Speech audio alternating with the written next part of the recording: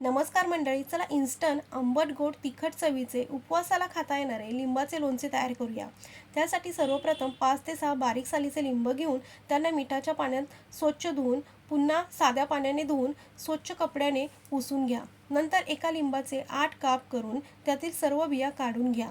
बिया काढून झाल्यावर एका भांड्यात कापलेली सर्व लिंब काढून त्यात 1 वाटी गूळ, 2 चमचे जिरे पूड, लाल तिखट व चवीनुसार काळं मीठ टाका। आता एक कुकर घेऊन त्यात 1 इंच एवढे पाणी टाकून घ्या।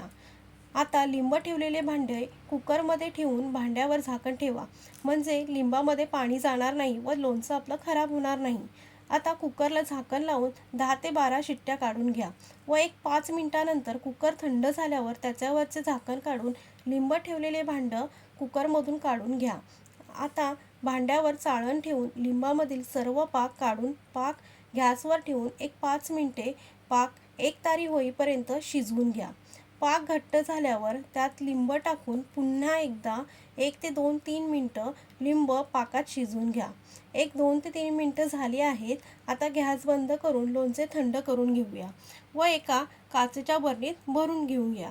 रूम टेम्परेचरला हे लोणचं 3 ते 4 महिने आरामात टिकतं व फ्रीजमध्ये ठेवलं तर ते वर्षभर टिकतं। तुम्हाला जर ही रेसिपी आवडली असेल तर चॅनलला लाईक, शेअर आणि सबस्क्राईब करायला विसरू नका। धन्यवाद।